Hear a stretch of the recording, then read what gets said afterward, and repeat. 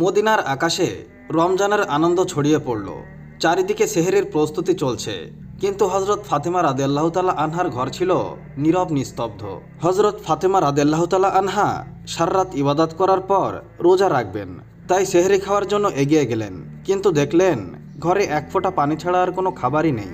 তিনি একটু পানি পান করলেন এবং আল্লাহর কাছে দোয়া করে বললেন, হে আল্লাহ, তোমার সন্তুষ্টির জন্যই আমি রোজা রাখছি। তুমি যদি আমাদেরকে অভাব দাও সেটাও তোমার রহমত। এই দোয়া শেষ হওয়ার সাথে সাথেই মসজিদে নববী থেকে ফজরের সুমধুর আজানের সুর ভেসে আসছে, যেন সমগ্র মদিনাকে ইবাদতের জন্য জাগিয়ে তুলছে। ফজরের নামাজ শেষ হয়েছে, মদিনার আকাশে তখন সূর্য উকি দিচ্ছে। কিছু সাহাবী মসজিদে নববী থেকে বের হচ্ছেন, কিছু ব্যবসায়ী বের হয়েছে জীবিকা নির্বাহের জন্য। অতঃপর হযরত আলী রাদিয়াল্লাহু তাআলা আনহু কাজের সন্ধানে বের হলেন। এদিকে সকাল যত এগিয়ে যাচ্ছে, ক্ষুধার জ্বালা তত প্রবল হচ্ছে।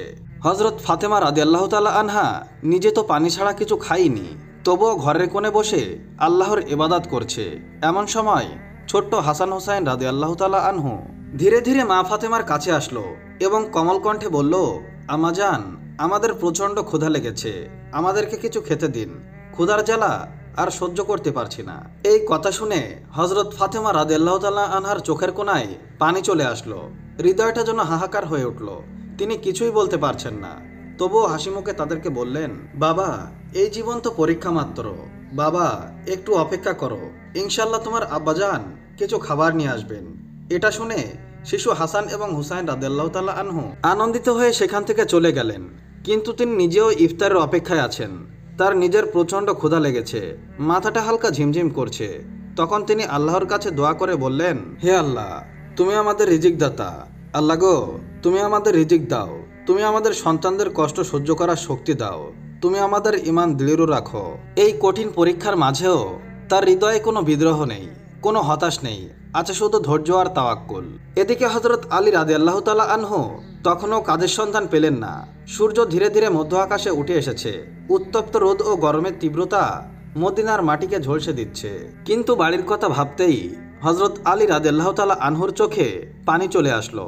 অবশেষে হযরত আলী রাদিয়াল্লাহু তাআলা আনহু এক সাহাবীর বাড়িতে গেলেন এবং সালাম দিয়ে বললেন, ভাই, আমাদের বাড়ি কোনো খাবার নেই, কোনো কাজের সন্ধান দিতে পারবেন?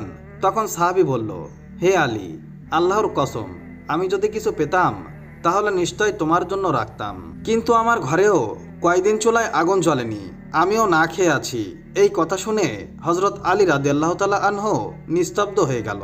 তখন তিনি সান্ত্বনা দিয়ে বললেন, নিশ্চয় আল্লাহ তাআলা কোনো না কোনো ব্যবস্থা করবেন।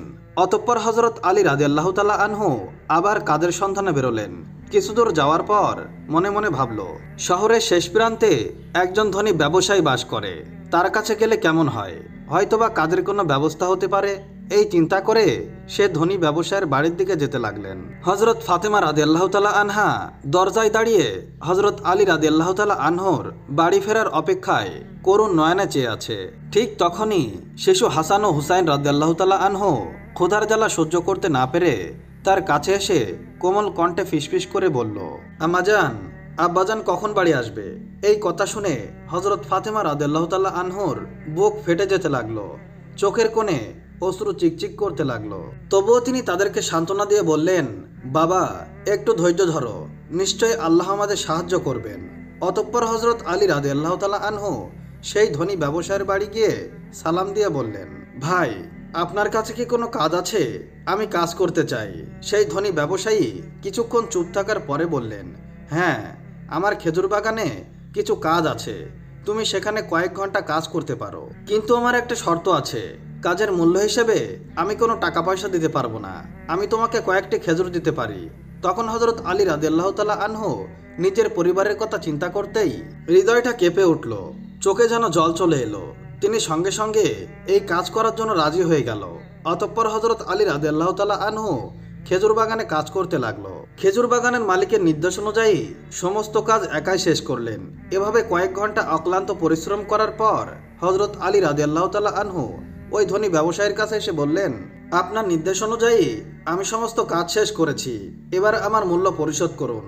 তখনই ব্যবসায়ী কতগুলো খেজুর আলী রাদিয়াল্লাহু তাআলা আনহুর হাতে দিলেন। খেজুর পেয়ে হযরত আলী রাদিয়াল্লাহু তাআলা আনহু খুবই খুশি হলেন এবং সাথে সাথেই আল্লাহর কাছে দোয়া করলেন, হে আল্লাহ, তুমি আমার রিজিক দাতা, তুমি যদি পরীক্ষা নিতে চাও আমরা ধৈর্য ধরব, কিন্তু আমাদের ইমানকে মজবুত রেখো। এই কথা বলার পর অতি দ্রুত বাড়ির দিকে রওনা দিলেন। অতঃপর হযরত আলী রাদিয়াল্লাহু তাআলা আনহু যখন প্রায় বাড়ির কাছাকাছি চলে আসলো, তখন মদিনার আকাশে গাঢ় লালচে রং ধারণ করে সূর্য পশ্চিম দিগন্তে হেলে পড়েছে। চারিদিকে ইফতারের প্রস্তুতি। ঠিক তখনই হযরত আলী রাদিয়াল্লাহু তাআলা আনহু ক্লান্ত শরীরে বাড়িতে প্রবেশ করলেন, আর সাথে সাথে দূর থেকে মসজিদে নববীর মধুর আজানের ধ্বনি ভেসে আসতে লাগলো। কয়েকটি খেজুর ও পানি ছাড়া তাদের ঘরে ইফতারের জন্য আর কিছুই নেই। তবুও সেই ঘর যেন আল্লাহর রহমতে ভরে গেল। সবাই ইফতারের জন্য একসাথে বসলো। হযরত হাসান ও হোসেন রাদিয়াল্লাহু তাআলা আনহু দুটি করে খেজুর দিল। হযরত আলী রাদিয়াল্লাহু তাআলা আনহু দুটি খেজুর, হযরত ফাতেমা রাদিয়াল্লাহু তাআলা আনহু দুটি খেজুর নিলেন। ইফতার করবেন, ঠিক এমন সময় একজন ভিক্ষুক বাইরে দাঁড়িয়ে আওয়াজ করে বলতে লাগলো, মা, সারাদিন কিছুই খায়নি, ক্ষুধার যন্ত্রণা আর সহ্য করতে পারছি না, দয়া করে আমাকে কিছু খাবার দিন। হযরত ফাতেমা রাদিয়াল্লাহু তাআলা আনহার হৃদয় ছিল কমল, অন্তর ছিল দয়ার।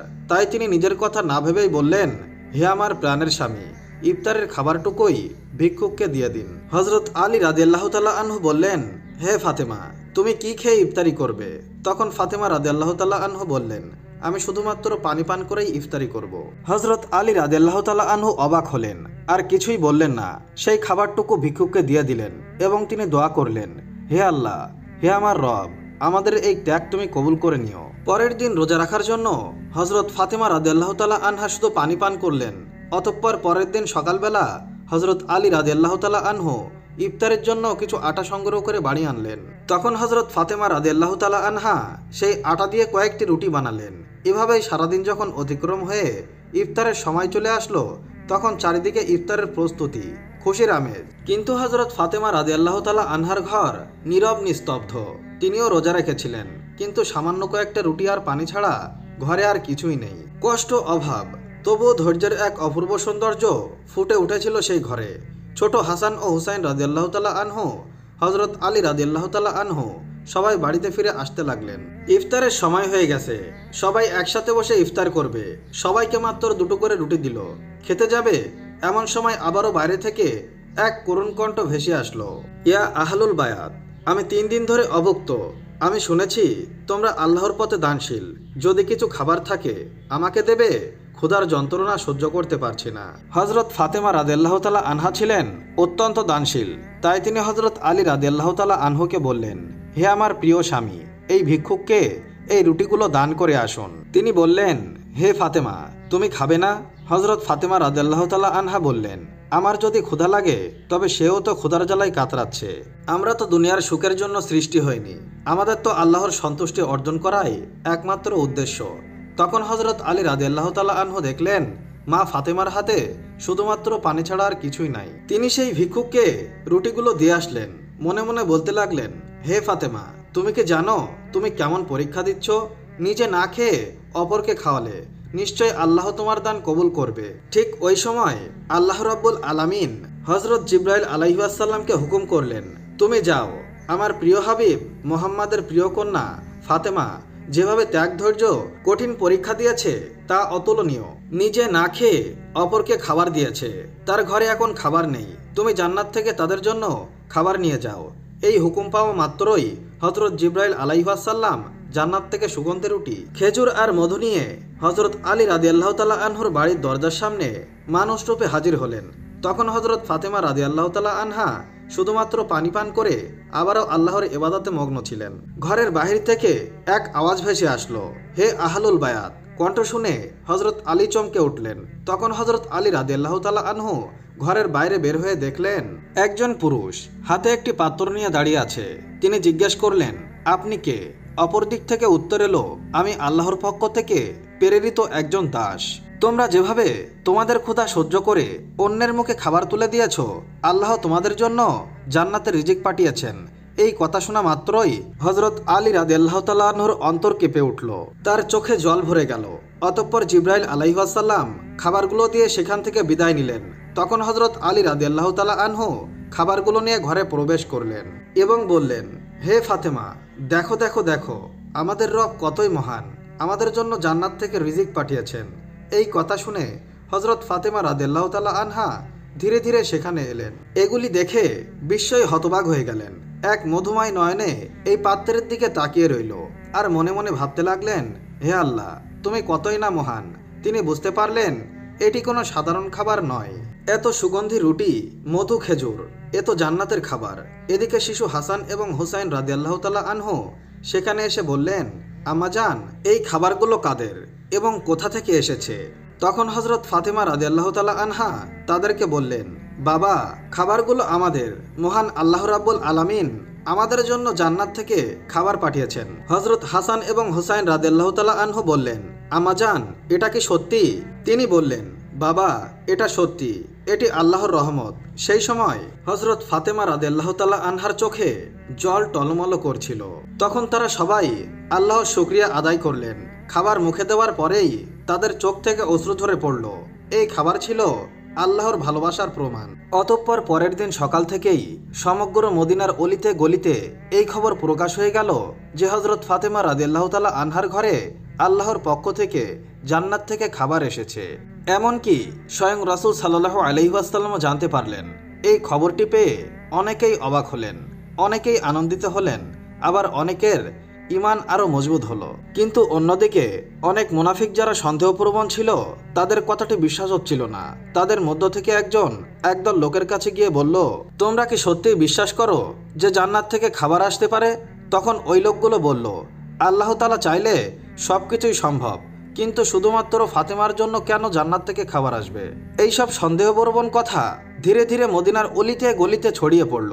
যখন মুহাম্মদ সাল্লাল্লাহু আলাইহি ওয়াসাল্লামের কানে এই খবরটি পৌঁছালো, তখন তিনি সবার উদ্দেশ্য করে বললেন, হে মদিনাবাসী, তোমরা কি বিশ্বাস করো না যে আল্লাহ তার বান্দাদের জন্য অলৌকিক ব্যবস্থা করতে পারেন?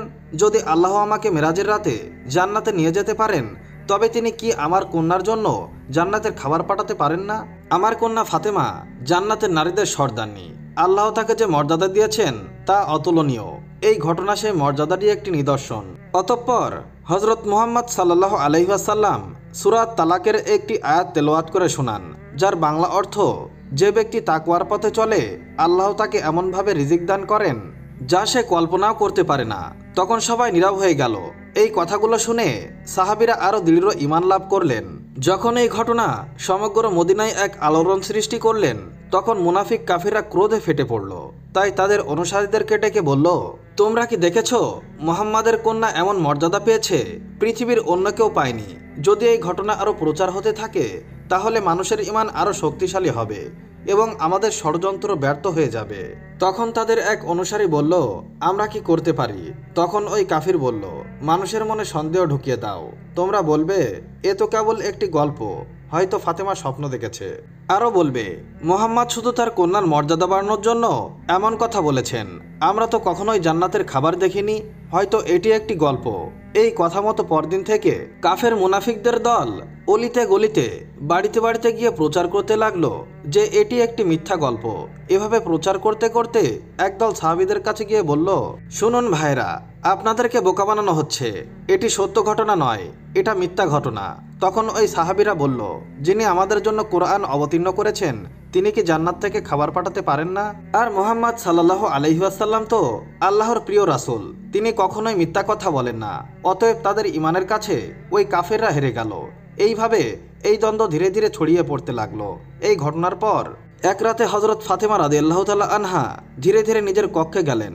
দীর্ঘ সময় আল্লাহর ইবাদত করলেন এবং চোখের পানি ঝরালেন। মনে মনে ভাবছেন, কেন আল্লাহ আমাকে এই অলৌকিক নেয়ামত দিলেন? আমার তো দুনিয়ার কিছুই চাওয়ার নেই। আমার একমাত্র চাওয়া আল্লাহ যেন আমাদের সবাইকে একসাথে জান্নাতে রাখেন। অতঃপর তিনি আল্লাহর কাছে দোয়া করে বললেন, হে আল্লাহ, তুমি আমাকে এমন সম্মানিত করেছো যার যোগ্য আমি নই। তুমি আমাকে জান্নাতের খাবার দিয়ে দেখিয়ে দিয়েছো যে দুনিয়ার অভাব কিছুই নয়। যদি তুমি সন্তুষ্ট থাকো, আমি তোমারই বান্দি। আমার সন্তানদেরকে তুমি হেফাজত করো, আমার স্বামীকে তুমি বরকতময় করো, আর আমার আব্বাকে তুমি জান্নাতের সর্বোচ্চ স্তরে উত্তীর্ণ করো। অতঃপর পরদিন সকালে মদিনার চারিদিকে আলোড়ন সৃষ্টি হলো। তখন হযরত আবু বকর রাদিয়াল্লাহু তাআলা আনহু এবং হযরত ওমর রাদিয়াল্লাহু তাআলা আনহু এই অলৌকিক ঘটনা শোনার পর নবীজি সাল্লাল্লাহু আলাইহি ওয়াসাল্লামের কাছে ছুটে চলে এলেন এবং বললেন, ইয়া রাসূলুল্লাহ, এই ঘটনা আমাদের জন্য বিরাট এক নিদর্শন। এটি আমাদের ঈমান আরো দৃঢ় করেছে। তখন হযরত ওমর রাদিয়াল্লাহু তাআলা আনহু বললেন, আমরা কি এই খাবারের কোনো অংশ দেখতে পারি?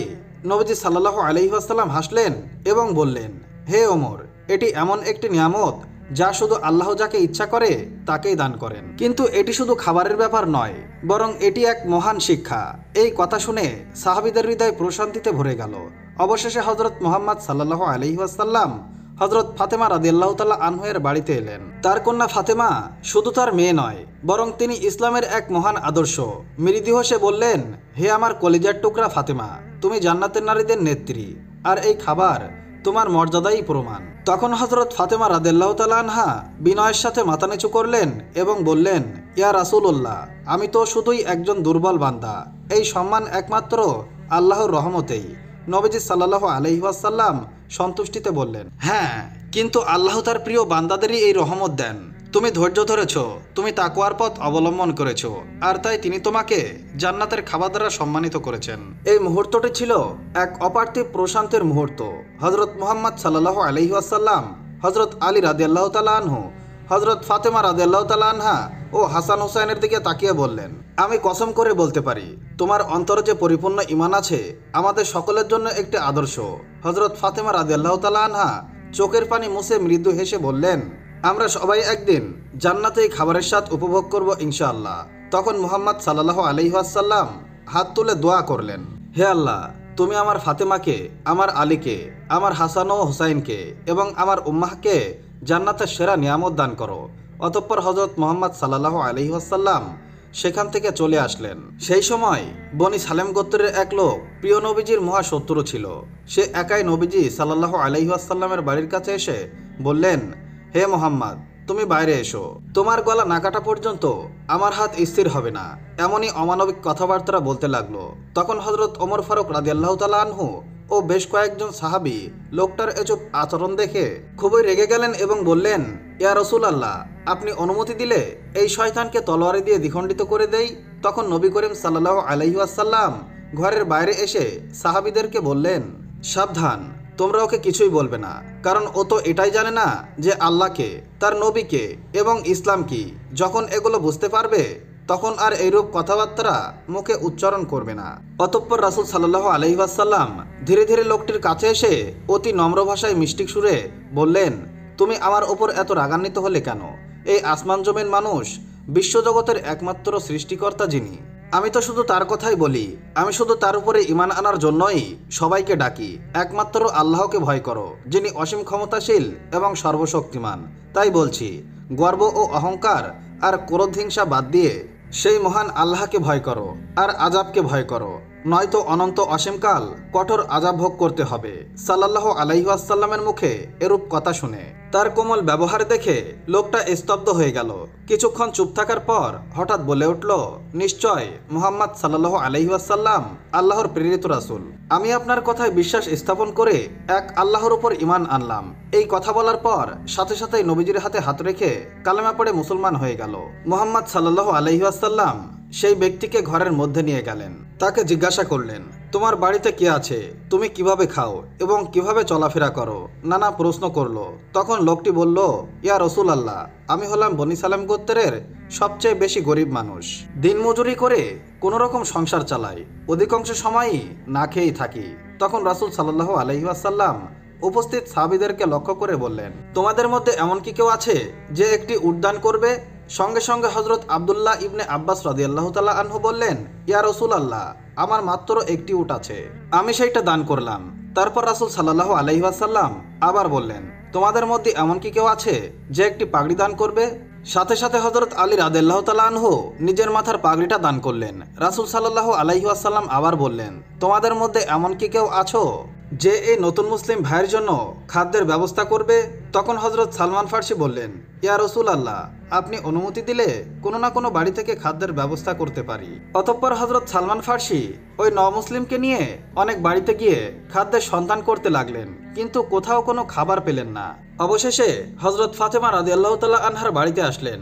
হযরত সালমান ফার্সি বললেন, হে ফাতেমা, এই নতুন মুসলিম ভাইয়ের খাবারের জন্য অনেক বাড়ি ঘুরলাম, কিন্তু কোথাও কোনো খাবার পেলাম না। এখন তোমার ঘরে যদি কোনো খাদ্য থাকে তাহলে একে দিন। এই কথা শুনে হযরত ফাতেমা রাদিয়াল্লাহু তাআলা আনহার দুই চোখের অশ্রু সিক্ত হয়ে উঠল। তার হৃদয় ছিল কুসুমের মতো কোমল। তিনি সালমান ফার্সিকে সম্বোধন করে বললেন, ভাই, আমার ঘরেও কোনো খাবার নেই। আমার পুত্র হাসান এবং হুসাইন ক্ষুধার জ্বালায় আর সহ্য করতে পারছে না। খাবার দেওয়ার মতো আমার কাছে কিছুই নেই, তবে আমার কাছে বেশ দামি একখানা ওড়না আছে, আমি সেটা ব্যবহার করি না। আপনি সেই ওড়নাটা নিয়ে ইহুদিদের বাড়ি যান এবং সেখান থেকে এই ওড়নাটা বিক্রি করে তার মূল্য দিয়ে কিছু আটা কিনে আমার এই নবমুসলিম ভাইয়ের জন্য খাদ্যের ব্যবস্থা করুন। এই কথা শুনে তাদের চোখ জলে ভিজে গেল। হযরত ফাতেমা রাদিয়াল্লাহু তাআলা আনহার এমন ব্যবহার দেখে তারা অবাক হয়ে গেল। হযরত ফাতেমা রাদিয়াল্লাহু তাআলা আনহার টান, ত্যাগ ও ধৈর্যের যে জ্বলন্ত নমুনা পৃথিবীতে রেখে গিয়েছেন তা চিরদিনই ইসলামের ইতিহাসে স্বর্ণাক্ষরে উজ্জ্বল হয়ে থাকবে। আমরা যদি সবাই সামর্থ্য অনুযায়ী অসহায় গরিব মিসকিনদের সাহায্য করতে পারি, তাহলে ধনী গরিব সকলেই সুখে জীবনযাপন করতে পারবো। সুপ্রিয় দর্শক, সকলেই সেই দয়ালু দানশীল উত্তম চরিত্রের অধিকারী হযরত ফাতেমা রাদিয়াল্লাহু তাআলা আনহার মতো রাসূল সাল্লাল্লাহু আলাইহি ওয়াসাল্লামের মতো উত্তম চরিত্র ও দানশীল হতে পারি। আল্লাহ রাব্বুল আলামিন আমাদের সকলকেই সেই তৌফিক দান করুন, আমিন। আসসালামু আলাইকুম ওয়া রাহমাতুল্লাহ। হযরত ঈসা আলাইহি ওয়াসাল্লামের যুগের কথা বলছি। সেই যুগে একজন ইহুদি হযরত ঈসা আলাইহি ওয়াসাল্লামের নিকট এসে বললেন, হুজুর, আমি আপনার হাতে হাত রেখে আপনার ধর্ম গ্রহণ করতে চাই। হযরত ঈসা আলাইহি ওয়াসাল্লাম ইহুদির এই কথা শুনে বললেন, তুমি যদি আমার ধর্ম গ্রহণ করো এবং আল্লাহকে ইলাহ বলে স্বীকার করো ও আমাকে নবী বলে স্বীকার করো, তাহলে এটা তোমার দুনিয়া ও আখিরাতে উভয় জাহানের জন্য কল্যাণকর হবে। অতঃপর সেই ইহুদি হযরত ঈসা আলাইহি ওয়াসাল্লামের ধর্মে দীক্ষিত হলেন। হযরত ঈসা আলাইহি ওয়াসাল্লামের জন্মগ্রহণ করার পরে সেই ইহুদি শিষ্য তাকে বলল, হে আল্লাহর নবী, আমার একটি বাসনা রয়েছে, আমি সদা সর্বদা আপনার সহচর্যে থাকতে চাই। ইহুদির এই কথা শুনে হযরত ঈসা আলাইহি ওয়াসাল্লাম বললেন, এটা তো এক মহৎ উদ্দেশ্য ও ভালো কথা। তুমি যদি আমার সঙ্গ লাভ করে কিছু এলেম ও দ্বীনের দীক্ষা শিখতে চাও, তাহলে তোমার উপর আল্লাহ রাব্বুল আলামিন খুশি হবেন, তুমি আমার সঙ্গে থাকতে পারো। এরপর হযরত ঈসা আলাইহি ওয়াসাল্লাম তাকে সঙ্গে নিয়ে ধর্মপ্রচারের উদ্দেশ্যে দূরবর্তী কোনো শহরে রওনা করলেন। অনেক পথ অতিক্রম করার পরে হযরত ঈসা আলাইহি ওয়াসাল্লাম একটি গাছের ছায়ায় বিশ্রাম নিতে বসলেন।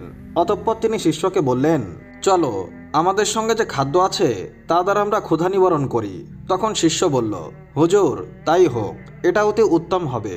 অতঃপর হযরত ঈসা আলাইহি ওয়াসাল্লামের নিকট একটা রুটি ছিল, তিনি তা বের করে খেতে লাগলেন। ইহুদি শিষ্যর নিকট ছিল দুটো রুটি। সে ভাবল, যদি নবীর সামনে দুটো রুটি বের করি তাহলে একটা রুটির ভাগ নবীকে দিতে হবে, কেননা নবীর সামনে বসে আমি দুটো রুটি খাবো আর তিনি খাবেন একটি রুটি, এটা তো আর ভালো দেখায় না। অতঃপর নবীকে অন্য রুটি খানার ভাগ দিতেও সে শিষ্যের মনে চাচ্ছিল না। তাই সে ঝামেলা না করে একটা রুটি লুকিয়ে রাখলো এবং একটি রুটি বের করে খেতে লাগলো। এদিকে শিষ্যের নিকট যে দুখানা রুটি ছিল ঈসা আলাইহি ওয়াসাল্লাম জানতেন। তাই তিনি তার শিষ্যকে জিজ্ঞাসা করলেন, তোমার আরেকখানা রুটি কোথায়? ইহুদি শিষ্যটি বলল, হুজুর, আমার কাছে তো মাত্র একখানায় রুটি ছিল। শিষ্যের কথা শুনে হযরত ঈসা আলাইহি ওয়াসাল্লাম আর কোনো কথা বললেন না। খাওয়া দাওয়া শেষ করে তিনি সামনে চলতে লাগলেন। এভাবে তারা অনেক পথ চলার পরে তারা অত্যন্ত ক্ষুধার্ত হয়ে পড়লেন। অতঃপর তাদের সঙ্গে সাক্ষাৎ হলো একজন মেষপালকের। হযরত ঈসা আলাইহি ওয়াসাল্লাম মেষপালককে দেখে বললেন, হে আল্লাহর বান্দা, আমি আল্লাহর নবী ঈসা। আমি অনেক সফর করে ক্লান্ত ও ক্ষুধার্ত হয়ে পড়েছি। তুমি যদি মেহেরবানি করে তোমার মেষগুলির মধ্য থেকে একটা মেষ আমাকে খাওয়ার জন্য দান করতে, তাহলে দুনিয়া ও আখিরাতে তোমার অনেক কল্যাণ হতো। হযরত ঈসা আলাইহি ওয়াসাল্লামের পরিচয় পেয়ে মেষপালক বলল, বহুদিন যাবৎ আপনার নাম শুনেছি, আজ সচক্ষে আপনাকে দেখে আমি ধন্য হলাম। আপনি এখান থেকে আপনার পছন্দ মতো একটি মেষ জবাই করে রান্না করে খেতে পারেন। অতঃপর হযরত ঈসা আলাইহি ওয়াসাল্লাম তাই করলেন এবং শিষ্য ও মেষপালককে নিয়ে তিনি আহার করতে বসলেন। আহার করা শেষ হলে মেষের চামড়া ও হাড় একত্র করে হযরত ঈসা আলাইহি ওয়াসাল্লামের হাতে থাকা লাঠিখানা সেই মেষের চামড়া ও হাড়গুলোর উপর স্পর্শ করে বললেন, কুম্বি ইজনিল্লাহ, হে মেষ, তুমি আল্লাহর আদেশে দাঁড়িয়ে যাও। সঙ্গে সঙ্গে মেষটি জীবিত হয়ে গেল। ঈসা আলাইহি ওয়াসাল্লামের সঙ্গে থাকা ইহুদি ব্যক্তিটি এই অলৌকিক ঘটনাটি দেখল। এরপর আল্লাহর নবী হযরত ঈসা আলাইহি ওয়াসাল্লাম সেই ইহুদিকে জিজ্ঞাসা করলেন যে, আল্লাহর কৃপায় কক্ষিত মেষটি জীবিত হয়ে গেল, তার শপথ করে বলো তো, তোমার আরেকখানা রুটি কোথায় লুকিয়ে রেখেছ? তার শিষ্যটি আবারও বলল, হুজুর, আল্লাহর শপথ করে বলছি, আমার কাছে একখানা রুটি ছিল। একখানা রুটির বাইরে আমার কাছে আর কোনো রুটিই ছিল না। আমি কোনো রকম রুটি লুকিয়ে রাখিনি। শিষ্যের এই কথা শুনে হযরত ঈসা আলাইহি ওয়াসাল্লাম কিছুই বললেন না। অতঃপর তিনি ইহুদি ব্যক্তিকে সাথে নিয়ে আবার চলতে লাগলেন। পথিমধ্যে এক কুষ্ঠরোগীর সাথে হযরত ঈসা আলাইহি ওয়াসাল্লামের সাক্ষাৎ হলো। সেই কুষ্ঠরোগী হযরত ঈসা আলাইহি ওয়াসাল্লামকে দেখে বলল, হে আল্লাহর নবী হযরত ঈসা, আজ দীর্ঘদিন যাবৎ আমি কুষ্ঠরোগে আক্রান্ত। আমি আপনার নাম শুনেছি এবং আপনার সম্পর্কে আমি এটাও জেনেছি যে আপনি আল্লাহর মেহেরবানিতে কুষ্ঠরোগীকে সুস্থ করে তোলেন। আপনি যদি দয়া ও মেহেরবানি করে আমার জন্য আল্লাহ রাব্বুল আলামিনের কাছে দোয়া করতেন, তাহলে হয়তো আল্লাহ রাব্বুল আলামিন আপনার দোয়ার বরকতে আমার কুষ্ঠরোগ সুস্থ করে দিতেন। কুষ্ঠরোগীর এই আর্জি শুনে হযরত ঈসা আলাইহিস সালাম তার হাতে থাকা লাঠিখানা তার শরীরে স্পর্শ করলেন। নবী ঈসা আলাইহিস সালামের হাতের লাঠিখানা কুষ্ঠরোগের শরীরে স্পর্শ করার সাথে সাথেই কুষ্ঠরোগীটি সম্পূর্ণ সুস্থ হয়ে উঠল। হযরত ঈসা আলাইহিস সালামের সাথে থাকা শিষ্যটি তার এই অলৌকিক মুজিজা দেখল। এরপর আল্লাহর নবী হযরত ঈসা আলাইহিস সালাম তাকে জিজ্ঞাসা করলেন যে আল্লাহর কৃপায় এই কুষ্ঠরোগী তার কুষ্ঠরোগ থেকে আরোগ্য লাভ করলো, সেই আল্লাহর কসম দিয়ে তোমাকে বলছি, তুমি সত্যি করে বলো তো তোমার আরেকখানা রুটি তুমি কোথায় লুকিয়ে রেখেছ? ইহুদি শিষ্যটি হযরত ঈসা আলাইহিস সালামকে বলল, হুজুর, বারবার আপনি আমাকে রুটির কথা জিজ্ঞাসা করছেন। আল্লাহর কসম করে বলছি, আমার নিকট মাত্র একটি রুটিই ছিল, অপর কোনো রুটি আমার নিকট ছিল না। শিষ্যের এই কথা শুনে হযরত ঈসা আলাইহিস সালাম পুনরায় আবার পথ চলতে লাগলেন। পথিমধ্যে একজন জন্মান্ধ লোক হযরত ঈসা আলাইহিস সালামকে দেখে বললেন, হুজুর, আমি আপনার নাম শুনেছি, আমি আপনার ব্যাপারে জানি। আপনি জন্মান্ধ ব্যক্তিকেও সুস্থ করে তোলেন। যদি আপনি আমার ব্যাপারে আল্লাহ রাব্বুল আলামিনের দরবারে দোয়া করতেন, তাহলে হয়তো আপনার দোয়ার বরকতে আল্লাহ রাব্বুল আলামিন আমাকে সুস্থ করে তুলতেন। অন্ধ ব্যক্তির এই আর্জি শুনে হযরত ঈসা আলাইহিস সালাম তার হাতের লাঠিখানা অন্ধ ব্যক্তির চোখে স্পর্শ করলেন, আর সঙ্গে সঙ্গে সেই ব্যক্তিতে দৃষ্টিশক্তি ফিরে পেল। হযরত ঈসা আলাইহিস সালাম এবারও তার শিষ্যকে জিজ্ঞাসা করলেন যে আল্লাহর দয়ায় অন্ধ ব্যক্তিতে দৃষ্টিশক্তি ফিরে পেল, তার শপথ করে তোমাকে বলছি, বলো তো তোমার অপর রুটিখানা কোথায় লুকিয়ে রেখেছ? ইহুদি শিষ্যটি এবারও বলল, হুজুর, আমি আল্লাহর কসম করে বলছি, আমার কাছে মাত্র একখানা রুটিই ছিল, অপর কোনো রুটিই আমার নিকট ছিল না। হযরত ঈসা আলাইহিস সালাম এবারও তাকে কিছু বললেন না। অতঃপর তারা আবারও পথ চলতে লাগলেন। কিছু দূর এগিয়ে গিয়ে হযরত ঈসা আলাইহিস সালাম পথিমধ্যে একটি মৃত দেহ দেখতে পেলেন। আল্লাহর নবী ঈসা আলাইহিস সালাম সেই মৃত লাশের গায়ে লাঠি দিয়ে স্পর্শ করে বললেন, কুম্বি ইজনিল্লাহ, তুমি আল্লাহর হুকুমে দাঁড়িয়ে যাও। সঙ্গে সঙ্গে মৃত লোকটি জীবিত হয়ে উঠল। এবারও হযরত ঈসা আলাইহিস সালাম তার শিষ্যকে বললেন যে আল্লাহর কৃপায় মৃত লোকটি জীবিত হলো, তার শপথ করে তোমাকে বলছি, সত্যি করে বলো তো তোমার অপর রুটিখানা তুমি কোথায় লুকিয়ে রেখেছ? এবারও সে উত্তর দিল, আমার নিকট তো মাত্র একখানায় রুটি ছিল, আমার কাছে অপর কোনো রুটি ছিল না।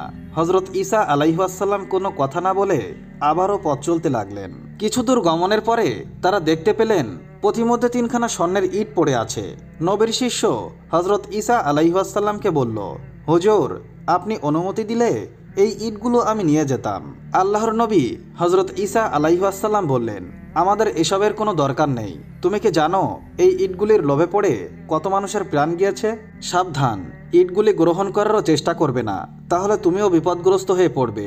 এই কথা বলে হযরত ঈসা আলাইহিস সালাম পথ চলতে লাগলেন। কিছু দূর এগিয়ে গিয়ে তিনি একটি গাছের নিচে বসলেন। দীর্ঘ সফরের কারণে আল্লাহর নবী হযরত ঈসা আলাইহিস সালাম অনেক ক্লান্ত হয়ে পড়েছিলেন, তাই তিনি সেখানে ঘুমিয়ে পড়লেন। তার সঙ্গে থাকা ইহুদি শিষ্যটি কিন্তু ঘুমালো না। সেখানে বসে ইহুদি শিষ্যটি চিন্তা করতে লাগলো, আল্লাহর নবী হযরত ঈসা আলাইহিস সালামের এই লাঠিতে অনেক কেরামত রয়েছে। আমি যদি এই লাঠি চুরি করে নিয়ে যেতে পারি, তাহলে এই লাঠি দ্বারা অনেক কিছুই করতে পারবো। এই চিন্তা করে নবীর শিষ্যটি আল্লাহর নবী হযরত ঈসা আলাইহিস সালামের লাঠিখানা চুরি করে সেখান থেকে পালিয়ে গেল। এরপর এক লোকালয়ে গিয়ে সে জানতে পারল সেই দেশের বাদশা খুব কঠিন রোগে আক্রান্ত। বহু হাকিম ডাক্তারের চিকিৎসা দ্বারা বাদশার আরোগ্য হচ্ছে না। এই সংবাদ জানার পরে ইহুদি শিষ্যটি বাদশাহর দরবারে উপস্থিত হয়ে বলল, আমি বাদশাহকে রোগমুক্ত করে দিব, কিন্তু তার বিনিময়ে আমাকে ৫,০০০ স্বর্ণমুদ্রা দিতে হবে। বাদশার লোকেরা তার প্রস্তাবে রাজি হয়ে বলল, তুমি যদি বাদশাকে এই রোগ থেকে মুক্তি দিতে পারো, তাহলে আমরা তোমাকে ৫,০০০ স্বর্ণমুদ্রা নয়, এর চাইতেও বড় পুরস্কার দান করব। ইহুদি শিষ্যটি তখন হযরত ঈসা আলাইহিস সালামের লাঠিখানা বাদশার গায়ে স্পর্শ করলো, কিন্তু হিতে বিপরীত হলো। সঙ্গে সঙ্গে বাদশাহর মৃত্যু হয়ে গেল। বাদশার লোকেরা তখন ক্রুদ্ধ হয়ে বলল, আরে তুই তো আমাদের বাদশাকে আরোগ্য লাভ করিয়ে দিতে চেয়েছিলি, কিন্তু তা না করে তুই তার জীবন কেড়ে নিলি। এর জন্য তোকে কঠিন শাস্তির সম্মুখীন হতে হবে। আমরা তোকে ফাঁসির কাস্টে ঝুলিয়ে দিব। তখন ইহুদি শিষ্যটি কি যে করবে কিছুই বুঝতে পারল না। সে কিংকর্তব্য বিমূঢ় হয়ে গেল। বাদশাহ লোকেরা হযরত ঈসা আলাইহিস সালামের সেই শিষ্যকে ফাঁসিতে ঝোলানোর জন্য ফাঁসির কাস্টে নিয়ে আসলো। এমন সময় আল্লাহর নবী হযরত ঈসা আলাইহিস সালাম সেখানে পৌঁছালেন। এবং তিনি বাদশাহর লোকদেরকে বললেন, তোমাদের বাদশাকে আমি জীবিত করে দিতে পারি, কিন্তু অপরাধী লোকটিকে ছেড়ে দিতে হবে। বাদশার লোকেরা বলল, ইতপূর্বে এই লোকটি আমাদের বাদশাকে সুস্থ করে দিতে চেয়েছিল, কিন্তু সে তা না করে আমাদের বাদশাকে মৃত্যুর দুয়ারে পাঠিয়ে দিয়েছে। এখন আবার তুমি এসে বলছো আমাদের বাদশাকে তুমি জীবিত করে দিবে। তুমি যদি সত্যিই আমাদের বাদশাকে জীবিত করে দিতে পারো তাহলে আমরা এই লোকটিকে ছেড়ে দিব। এরপর হজরত ঈসা আলাইহিসসালাম সেই লাঠিখানা বাদশাহর শরীরে স্পর্শ করলেন এবং তিনি বললেন, হে আল্লাহর বান্দা, তুমি আল্লাহর হুকুমে জীবিত হয়ে যাও। সঙ্গে সঙ্গে বাদশাহ জীবিত হয়ে উঠলেন। অতঃপর বাদশার লোকেরা ঈসা আলাইহিসসালামের সেই শিষ্যকে ছেড়ে দিল। ঈসা আলাইহিসসালাম তার শিষ্যকে নিয়ে আবার রওনা হলেন। পথিমধ্যে তিনি জিজ্ঞাসা করলেন যে আল্লাহর অসীম কৃপায় তুমি ফাঁসির কাষ্ঠ থেকে রক্ষা পেয়েছ, সেই আল্লাহর কসম করে বলছি, সত্যি করে বলো তো তোমার আরেকখানা রুটি তুমি কোথায় লুকিয়ে রেখেছ? পাপিষ্ঠ লোকটি তখন বলল, হে নবী, আমি আরেকখানা রুটি কোথায় পাবো? আমার নিকট তো কেবল একটি রুটিই ছিল। শিষ্যের এই কথা শুনে হজরত ঈসা আলাইহিসসালাম কিছুই বললেন না। তিনি আবারও তার সঙ্গে পথ চলতে লাগলেন। চলতে চলতে যে স্থানে স্বর্ণের 3খানা ইট ছিল সেখানে সে পৌঁছালো। তারা দেখতে পেল ইট 3খানা সেখানেই পড়ে আছে, কিন্তু তার পাশে 4টি লোকের মৃতদেহ পড়ে আছে। হজরত ঈসা আলাইহিসসালাম তার হাতের লাঠি দ্বারা মৃতলোকগুলোর গায়ে স্পর্শ করলেন এবং তাদের জীবিত করে তুললেন। এরপর তাদেরকে জিজ্ঞাসা করলেন, হে আল্লাহর বান্দারা, বলো তো তোমাদের কিরূপ মৃত্যু হয়েছে? তাদের মধ্য থেকে একজন বলল, হে আল্লাহর নবী, এই 3খানা ইট আমরা 4 জনে ভাগ করে নেওয়ার জন্য সিদ্ধান্ত নিয়েছিলাম। তারপর একজনকে কিছু খাদ্য কিনে আনার জন্য বাজারে পাঠিয়েছিলাম। সে খাদ্য কিনে আনার জন্য বাজারে চলে গেল। অতঃপর আমরা 3 জন পরামর্শ করলাম আমাদের সঙ্গীটি ফিরে এলেই তাকে হত্যা করব এবং এই 3খানা ইট আমরা 3 জনে ভাগ করে নিয়ে যাব। অপরদিকে সে ভাবল আমাদের 3 জনকে হত্যা করে সে একাই 3খানা ইট নিয়ে যাবে।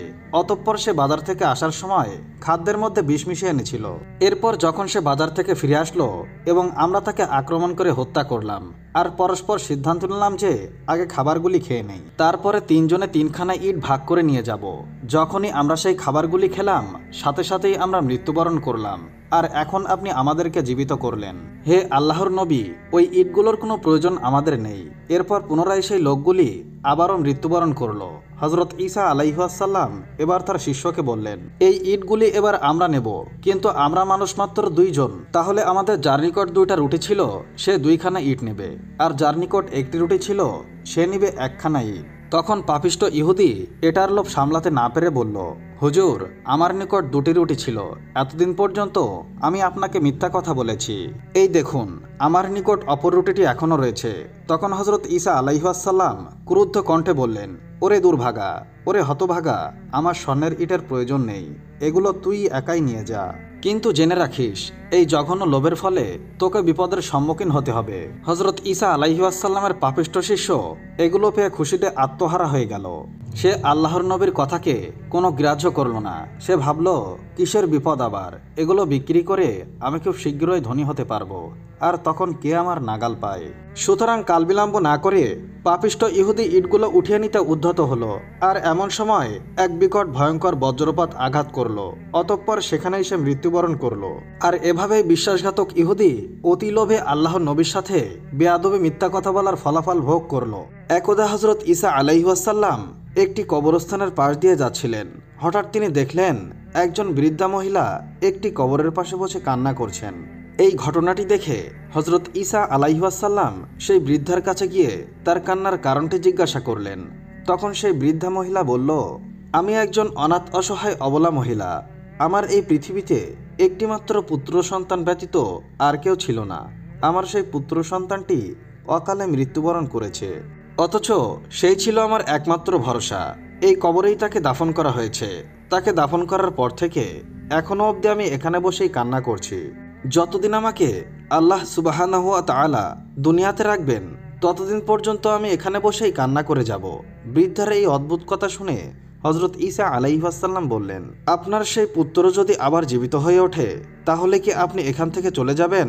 জবাবে বৃদ্ধা বলল, হে আল্লাহর নবী, সত্যিই যদি এমনটি ঘটে তাহলে তো অবশ্যই আমি এখান থেকে ফিরে যাব। হজরত ঈসা আলাইহিসসালাম বৃদ্ধার এই উত্তর শুনে 2 রাকাত নামাজ আদায় করলেন। অতঃপর তিনি উচ্চস্বরে বললেন, হে অমুকের পুত্র, তুমি আল্লাহর হুকুমে জলদি উঠে আসো।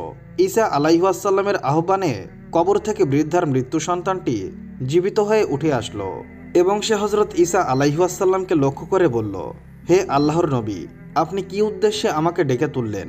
আমি তো এই কবরে খুব শান্তিতে ছিলাম, আপনি কেন আমাকে জাগ্রত করলেন? তখন হজরত ঈসা আলাইহিসসালাম তার মাতার সমস্ত ঘটনা খুলে বললেন। তা শুনে সে মাতার নিকট নিজের অবস্থার কথা বর্ণনা করল। সেই বৃদ্ধ মহিলাটি সন্তানের এই অবস্থার কথা শুনে অত্যন্ত খুশি হলো। অতঃপর সেই বৃদ্ধার পুত্রটি হজরত ঈসা আলাইহিসসালামকে বলল, হে আল্লাহর নবী, আপনি আমার জন্য দোয়া করুন। আমি যে অবস্থায় এতদিন যাবৎ কবরে ছিলাম এখনও যেন সেই অবস্থায় ফিরে যেতে পারি। অতঃপর হজরত ঈসা আলাইহিসসালাম তার জন্য পুনরায় আল্লাহ রাব্বুল আলামিনের দরবারে দোয়া করলেন। অতঃপর বৃদ্ধার পুত্র পুনরায় আবারও কবরে প্রবেশ করল। আর হজরত ঈসা আলাইহিসসালামের এই অলৌকিক মজেজা বহু বনি ইসরায়েলগণ প্রত্যক্ষ করল, কিন্তু তারপরেও তারা হজরত ঈসা আলাইহিসসালামের উপর ঈমান আনল না। একদা হজরত ঈসা আলাইহিসসালাম তার কিছু সঙ্গী সাথী নিয়ে নুসাইবিন শহরের অভিমুখে রওনা করলেন। যথাসময়ে তিনি উক্ত শহরের উপকণ্ঠে এসে পৌঁছালেন। অতঃপর তিনি তার অনুসারীদেরকে লক্ষ্য করে বললেন, হে আমার অনুসারীগণ, তোমাদের মধ্যে মজবুত ঈমান ও এমন সাহসী ব্যক্তি কে আছো যে রাজ্যের মধ্যে ঢুকে আওয়াজ দিয়ে বলতে পারবে, আল্লাহর নবী হজরত ঈসা আলাইহিসসালাম আগমন করেছেন। তোমরা সকলেই এসে তার খাঁটি ধর্মের দীক্ষা গ্রহণ করো। আল্লাহর নবী হজরত ঈসা আলাইহিসসালামের এই কথা শুনে ইয়াকুব নামক এক ব্যক্তি বলল, হে আল্লাহর নবী, আপনার এই দাওয়াত আমি শহরের অধিবাসীদের কাছে পৌঁছে দেব। আপনি আমার জন্য আল্লাহ রাব্বুল আলামিনের দরবারে দোয়া করবেন। ইয়াকুবের এই কথার পরে তুমান ও সামান নামক দুই ব্যক্তি বললেন, হে আল্লাহর নবী, আমরাও আপনার এই দাওয়াত শহরের অধিবাসীদের কাছে পৌঁছে দিতে চাই, আপনি আমাদের জন্য দোয়া করবেন। এরপরে তারা তিনজন শহরের অভিমুখে রওনা করলেন। অতঃপর হজরত ঈসা আলাইহিসসালাম তার অন্যান্য অনুসারীদেরকে লক্ষ্য করে বললেন, ইয়াকুব এখন অবশ্য সকলের আগেই আমার নির্দেশ পালনের প্রস্তুত হয়েছে, কিন্তু মনে হচ্ছে সে আমাকে সকলের আগেই পরিত্যাগ করে যাবে। কিন্তু তোমার সম্পর্কে তদ্রূপ ঘটবে না, যার ফলে তাকে যথেষ্ট বিপদে লিপ্ত হতে হবে। ওদিকে আল্লাহর নবী হজরত ঈসা আলাইহিসসালামের তিনজন দূত নুসাইবিন শহরের মধ্যে ঢুকে একটি স্থানে উপনীত হলো। সেখানে পৌঁছে সামাউন তার দুইজন সাথীকে লক্ষ্য করে বলল, তোমরা শহরের ভিতরে অগ্রসর হও, সেখানে লোকজনকে ডেকে আল্লাহর নবী হজরত ঈসা আলাইহিসসালামের আগমনের সংবাদ দাও। আমি এখানে অবস্থান করি। তোমাদের উপর যদি কোনো বিপদ আপদ এসে উপনীত হয় তাহলে আমি তোমাদেরকে উদ্ধার করার চেষ্টা করব। তার প্রস্তাবে রাজি হয়ে ইয়াকুব ও তুমান শহরের অধিবাসীদের কাছে এসে উপস্থিত হলো এবং তাদেরকে ডাক দিয়ে বলল, হে নসিমিন শহরের অধিবাসীরা, আল্লাহর নবী হজরত ঈসা রুহুল্লাহ তোমাদেরকে সরল সঠিক পথ দেখানোর জন্য তোমাদের শহরে আগমন করেছেন। তোমরা সকলে এসে তার ধর্মে দীক্ষিত হও। যদি তোমরা তার ধর্মে দীক্ষিত হও এবং আল্লাহকে ইলাহ বলে স্বীকার করো এবং তাকে নবী বলে স্বীকার করো, তাহলে দুনিয়া ও আখিরাত উভয় জাহান তোমাদের জন্য কল্যাণকর হবে। বলা বাহুল্য যে নসিমিন শহরের বাদশা ছিল কাফের এবং প্রজারাও ছিল কাফের। যখন আল্লাহর নবী হজরত ঈসা আলাইহিসসালামের দূতেরা তাদেরকে ইসলামের দিকে আহ্বান করলেন, তখন তারা তাদেরকে ধমকের সুরে বলল, তোমাদের এত বড় স্পর্ধা যে তোমরা আমাদের ধর্ম পরিত্যাগ করে নতুন এক ধর্মে দীক্ষিত হওয়ার কথা বলছো? তোমাদের মধ্যে আওয়াজ দিয়ে এই কথাটি কে বলল? তখন ইয়াকুব ভয়ে অস্থির হয়ে পড়ল এবং নিজের কথা অস্বীকার করে সে তুমানকে দেখিয়ে বলল, এই লোকটি এসব কথা বলেছে, আমি বলিনি।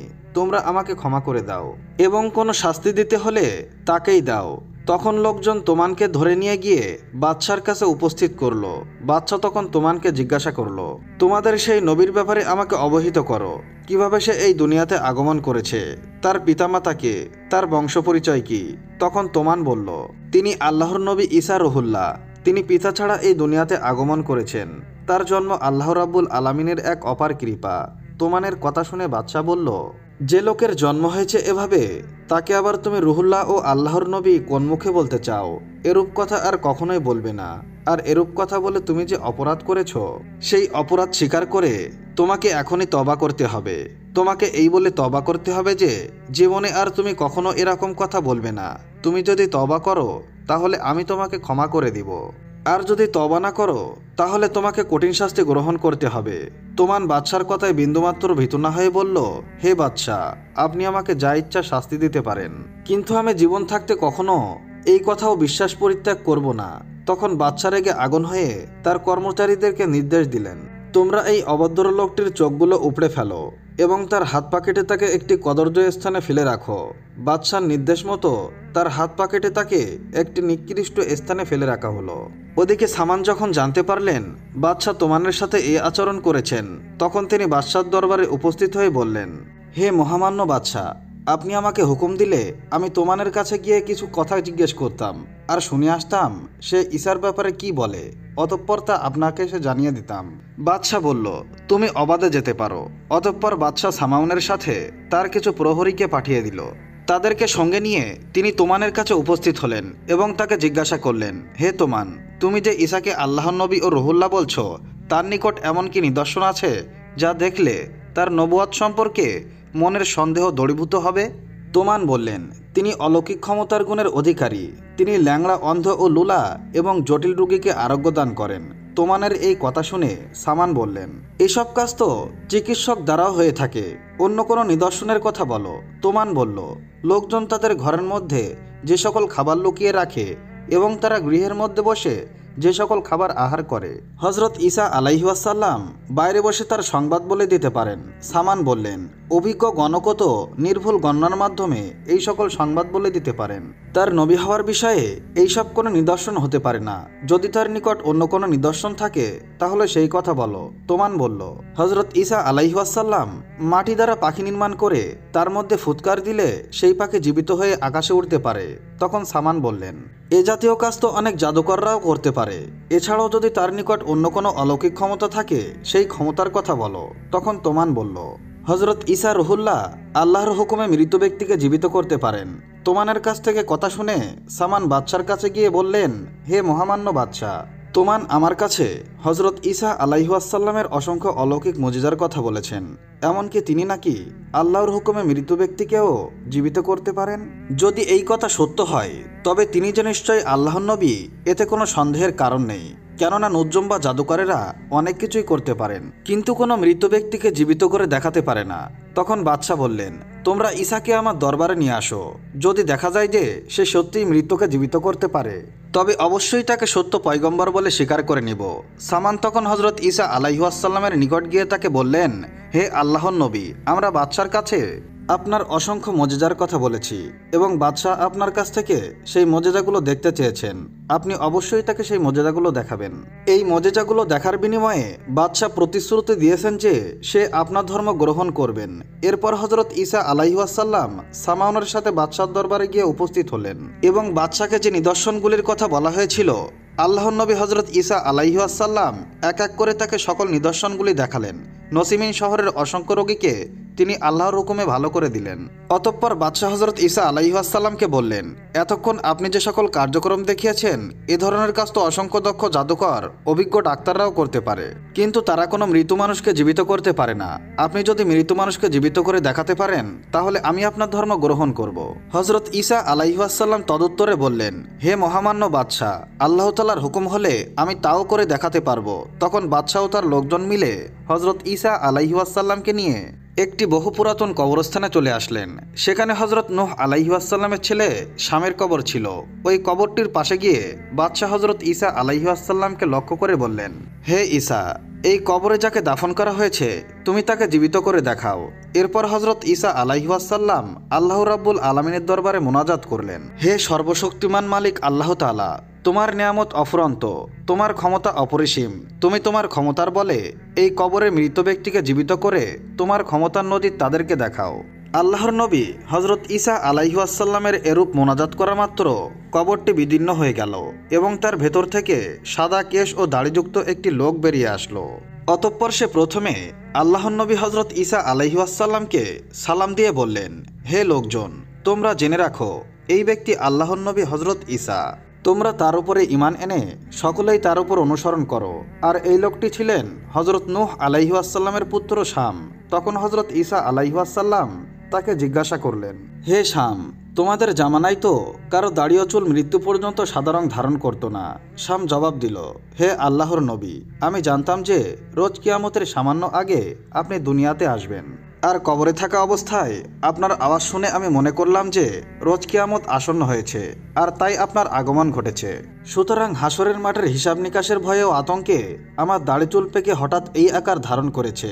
তখন হজরত ঈসা আলাইহিসসালাম তাকে জিজ্ঞাসা করলেন, তুমি কি বলতে পারবে কতদিন পূর্বে তোমার মৃত্যু ঘটেছিল? শাম জবাব দিল, 4000 বছর পূর্বে আমি এই দুনিয়া ছেড়ে গিয়েছিলাম। তখন হজরত ঈসা আলাইহিসসালাম বললেন, হে শাম, এখন যদি তোমার আবার এই দুনিয়াতে বসবাস করার আকাঙ্ক্ষা থাকে, তাহলে আমি আল্লাহর দরবারে তোমার জন্য দোয়া করব, যেন আল্লাহ তোমাকে সেই ব্যবস্থা করে দেন। শাম বলল, হে আল্লাহর নবী, আমি আর এই দুনিয়াতে বসবাসের আকাঙ্ক্ষা করি না, কেননা এই দুনিয়ায় স্থায়ী বসবাসের ঠিকানা নয়। দুদিন পরেই এখান থেকে মৃত্যুবরণ করে পুনরায় পৃথিবী ছেড়ে চলে যেতে হবে। অতএব কিছুদিনের জন্য এখানে থেকে আর কি লাভ?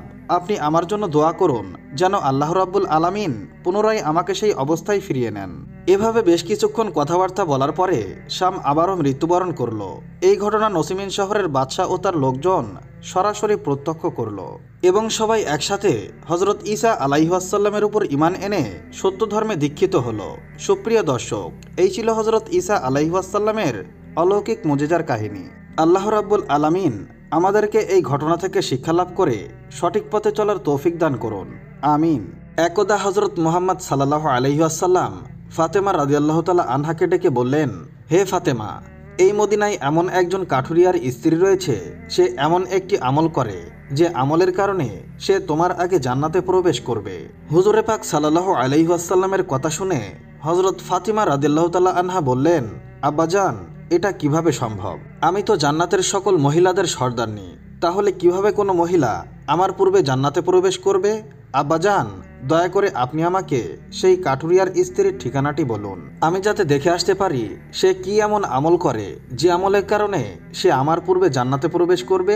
রাসূল আকরাম সাল্লাল্লাহু আলাইহি ওয়াসাল্লাম তখন তাকে বললেন, ফাতেমা, আজকে তুমি বাড়ি ফিরে যাও, কিছুদিন পরে আমি তোমাকে ডেকে নেব এবং আমি তোমাকে সেই কাঠুরিয়ার স্ত্রীর ঠিকানা বলে দেব। হুজুরে পাক সাল্লাল্লাহু আলাইহি ওয়াসাল্লামের এই কথা শোনার পর ফাতেমা রাদিয়াল্লাহু তাআলা আনহা বাড়িতে ফিরে আসলেন। এইভাবে বেশ কিছুদিন অতিবাহিত হয়ে গেল। এর মধ্যে হজরত ফাতেমা রাদিয়াল্লাহু তাআলা আনহা অসুস্থ হয়ে পড়লেন। একে তো তিনি ছিলেন অসুস্থ, অন্যদিকে একাধারে 3 দিন তার বাড়িতে কোনো খাবার ছিল না। খাবার না খেয়ে এবং অসুস্থতার কারণে হজরত ফাতেমা রাদিয়াল্লাহু তাআলা আনহা খুবই দুর্বল হয়ে পড়লেন। হজরত আলীর কাছেও কোনো অর্থ ছিল না যেটা দিয়ে হজরত আলী রাদিয়াল্লাহু তাআলা আনহু খাবার কিনে আনতে পারেন। এভাবেই 3 দিন অতিবাহিত হওয়ার পর হজরত ফাতেমা রাদিয়াল্লাহু তাআলা আনহা হজরত আলী রাদিয়াল্লাহু তাআলা আনহুর হাতে একটি কাপড় দিয়ে বললেন, হে আমার প্রিয় স্বামী, আপনার হয়তো মনে আছে আমার আব্বাজান মুহাম্মদ সাল্লাল্লাহু আলাইহি ওয়াসাল্লাম আমাদের বিয়েতে এই কাপড়টি আমাদেরকে হাদিয়া স্বরূপ দিয়েছিলেন। এটি অত্যন্ত বরকতময় একটি কাপড়। আমার মনে চাচ্ছে না যে এই কাপড়টি আমি বিক্রি করে দেই, কিন্তু তারপরেও যেহেতু আমাদের ঘরে 3 দিন যাবৎ কোনো খাবার নেই, তাই আপনাকে এই বরকতময় কাপড়টি আমি দিচ্ছি। আপনি এটিকে বাজারে বিক্রি করে এর মূল্য দিয়ে আপনি কিছু খাবার কিনে নিয়ে আসুন। হজরত আলী রাদিয়াল্লাহু তাআলা আনহু হজরত ফাতেমা রাদিয়াল্লাহু তাআলা আনহার কাছ থেকে সেই কাপড়টি নিয়ে বিক্রি করার উদ্দেশ্যে বাজারের দিকে রওনা হলেন। অতঃপর তিনি কাপড়টি নিয়ে বাজারে পৌঁছালেন এবং সেটি বিক্রি করার জন্য অনেক ক্রেতাকে দেখালেন, কিন্তু কাপড়টি অত্যন্ত পুরাতন হওয়ায় সেটি কেনার জন্য কোনো গ্রাহক ছিল না। এই কারণে হজরত আলী রাদিয়াল্লাহু তাআলা আনহু অত্যন্ত নিরাশ হয়ে পড়লেন।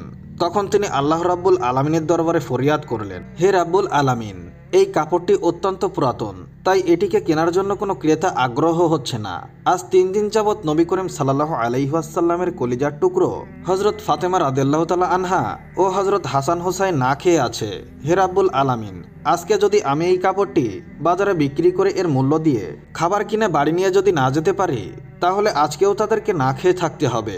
হে রাব্বুল আলামিন, এই কাপড়টি ক্রয় করবে এমন একজন ব্যক্তিকে আপনি ব্যবস্থা করে দিন। হজরত আলী রাদিয়াল্লাহু তাআলা আনহুর এই দোয়ার পরে একজন ক্রেতা সেখানে আগমন করলো এবং সে তাকে প্রশ্ন করলো, হে আলী, তুমি কি এই কাপড়টি ক্রয় করতে চাও?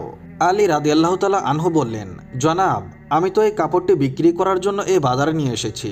তখন সে বলল, কি পরিমাণ অর্থ দিলে তুমি এই কাপড়টি বিক্রি করবে? হজরত আলী রাদিয়াল্লাহু তাআলা আনহু জানতেন এই কাপড়টি অনেক পুরাতন, এর মূল্য সর্বোচ্চ 1 দিরহাম কিংবা 2 দিরহাম হবে। তাই তিনি কোনো দাম না চেয়ে বললেন, জনাব, আপনার যা মর্জি তাই প্রদান করুন, আমি নিজ থেকে এই কাপড়টির কোনো দাম চাচ্ছি না। তখন সেই ক্রেতা বলল, আমি 6 দিরহাম দিয়ে এই কাপড়টি ক্রয় করতে চাই, তুমি কি বিক্রি করতে রাজি আছো? হজরত আলী রাদিয়াল্লাহু তাআলা আনহু খুশির সাথে রাজি হয়ে গেলেন এবং বললেন, জনাব, আপনি আমাকে 6 দিরহাম দিয়ে এই কাপড়টি ক্রয় করতে পারেন।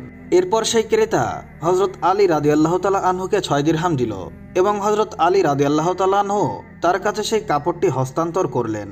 ওদিকে আল্লাহ রাব্বুল আলামিনের একদল ফেরেশতা অন্য আরেক দল ফেরেশতাকে বলতে লাগলো, হুজুর সাল্লাল্লাহু আলাইহি ওয়াসাল্লামের সাহাবীরা অত্যন্ত দানশীল, তারা সুখে দুঃখে সর্ব অবস্থায় দান করে থাকেন।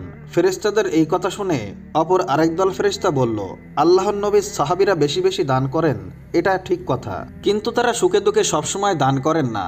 তাদের হাতে যদি কিছু থাকে তাহলেই তারা দান করেন, এবং তাদের হাতে থাকা জিনিসটার প্রয়োজন যদি তাদের নিজেদের থাকে তখন তারা সেই জিনিসটি দান করেন না। ফেরেশতাদের এই ঝগড়া সমাধান করার জন্য আল্লাহ রাব্বুল আলামিন তাদেরকে বললেন, হে আমার ফেরেশতারা, তোমরা পরস্পরের মধ্যে ঝগড়া না করে এই বিষয়টি পরীক্ষা করার জন্য আলীর কাছে চলে যাও। সে 6 দিরহাম দিয়ে একটি কাপড় বিক্রি করেছে, আর এই 6 দিরহাম তার কাছে অত্যন্ত প্রয়োজন। তোমরা আলীর কাছে সেই 6 দিরহাম চেয়ে দেখো সে তোমাদেরকে দেয় কিনা, আর এর মাধ্যমেই তোমাদের ঝগড়ার সমাধান হয়ে যাবে। আল্লাহ রাব্বুল আলামিনের কাছ থেকে এই নির্দেশ পাওয়ার পরে একজন ফেরেশতা ফকির বেশে হযরত আলী রাদিয়াল্লাহু তাআলা আনহুর কাছে আগমন করলেন। ওই মুহূর্তেই হযরত আলী রাদিয়াল্লাহু তাআলা আনহু সেই 6 দিরহাম দিয়ে খাবার কিনতে যাচ্ছিলেন। তখন সেই ফকির বেশে ফেরেশতা এসে বলল, হে আল্লাহর বান্দা, আমি কয়েকদিন যাবৎ না খেয়ে রয়েছি। দীর্ঘদিন না খাওয়ার কারণে আমার শরীরে সামান্যতম নড়াচড়া করার শক্তি নেই। আমি আল্লাহর ওয়াস্তে তোমার কাছে কিছু ফরিয়াদ করছি। যদি তোমার কাছে কোনো অর্থ থাকে দয়া করে আমাকে সেগুলো দান করো, যাতে সেই অর্থ দিয়ে আমি খাবার কিনতে পারি এবং আমার ক্ষুধার জ্বালা নিবারণ করতে পারি। হযরত আলী রাদিয়াল্লাহু তাআলা আনহু ভাবতে লাগলেন, আজ 3 দিন যাবৎ আমার স্ত্রী ও সন্তান না খেয়ে রয়েছে। 3 দিন পরে আমার স্ত্রী ফাতেমা আমাকে একটি কাপড় বিক্রি করতে দিল এবং সে বলেছিল সেই কাপড় বিক্রি করে তার অর্থ দিয়ে আমি তাদের জন্য কিছু খাবার কিনে নিয়ে যাব। কিন্তু এখন আল্লাহর এক অসহায় বান্দা আমার কাছে ভিক্ষা প্রার্থনা করছে। এখন আমি কি করব? আমি কি আমার স্ত্রী ও সন্তানের জন্য খাবার কিনে নিয়ে যাব, নাকি ভিক্ষুককে দান করে দেব? সবশেষ তিনি সিদ্ধান্ত নিলেন যে অর্থগুলি ভিক্ষুককে দান করে দেবেন। অতঃপর তিনি মনে মনে ভাবতে লাগলেন, আল্লাহ আমার উত্তম অভিভাবক, এই ভিক্ষুককে আমি 6 দিরহাম দান করে দেই, অবশ্যই আল্লাহ রাব্বুল আলামিন আমার জন্য উত্তম ব্যবস্থা করে দেবেন। তখন তিনি সেই 6 দিরহাম ভিক্ষুককে দান করে দিলেন। অতঃপর অত্যন্ত চিন্তিত এবং পেরেশান মনে হযরত আলী রাদিয়াল্লাহু তাআলা আনহু সামনের দিকে চলতে লাগলেন। ইতোমধ্যে দেখা গেল এক ব্যক্তি হযরত আলী রাদিয়াল্লাহু তাআলা আনহুর কাছে একটি লাল ঘোড়া নিয়ে আসলো এবং সে তাকে বলল, হে আলী, আপনি কি আমার কাছ থেকে এই লাল ঘোড়াটি কিনতে চান? তখন হযরত আলী রাদিয়াল্লাহু তাআলা আনহু বললেন, ভাই, আমি কিভাবে এই ঘোড়াটি আপনার কাছ থেকে কিনতে পারি? আমার হাতে তো কোনো অর্থ নেই। তখন সেই ব্যক্তি বলল, হে আলী, আমি বাকিতে আপনার কাছে এই ঘোড়াটি বিক্রি করব। আপনি এই ঘোড়াটি নিয়ে ব্যবসা করুন, এরপর ব্যবসায় লাভ হলে আমার মূল্য আমাকে পরিশোধ করবেন। হযরত আলী রাদিয়াল্লাহু তাআলা আনহু তখন ভাবলেন, যেহেতু বাকিতে তিনি আমার কাছে এই ঘোড়াটি বিক্রি করতে যাচ্ছে, তাহলে তা নিতে আমার সমস্যা কোথায়? অতঃপর হযরত আলী রাদিয়াল্লাহু তাআলা আনহু বললেন, আপনি কত দিরহামের বিনিময়ে এই ঘোড়াটি আমার কাছে বিক্রি করবেন? সেই ব্যক্তিটি বললেন, আমি 100 দিরহামের বিনিময়ে এই ঘোড়াটি আপনার কাছে বিক্রি করলাম। হযরত আলী রাদিয়াল্লাহু তাআলা আনহু সেই ঘোড়াটি 100 দিরহামের বিনিময়ে তার কাছ থেকে কিনে নিলেন। অতঃপর ঘোড়াটি বিক্রি করার জন্য বাজারে নিয়ে গেল।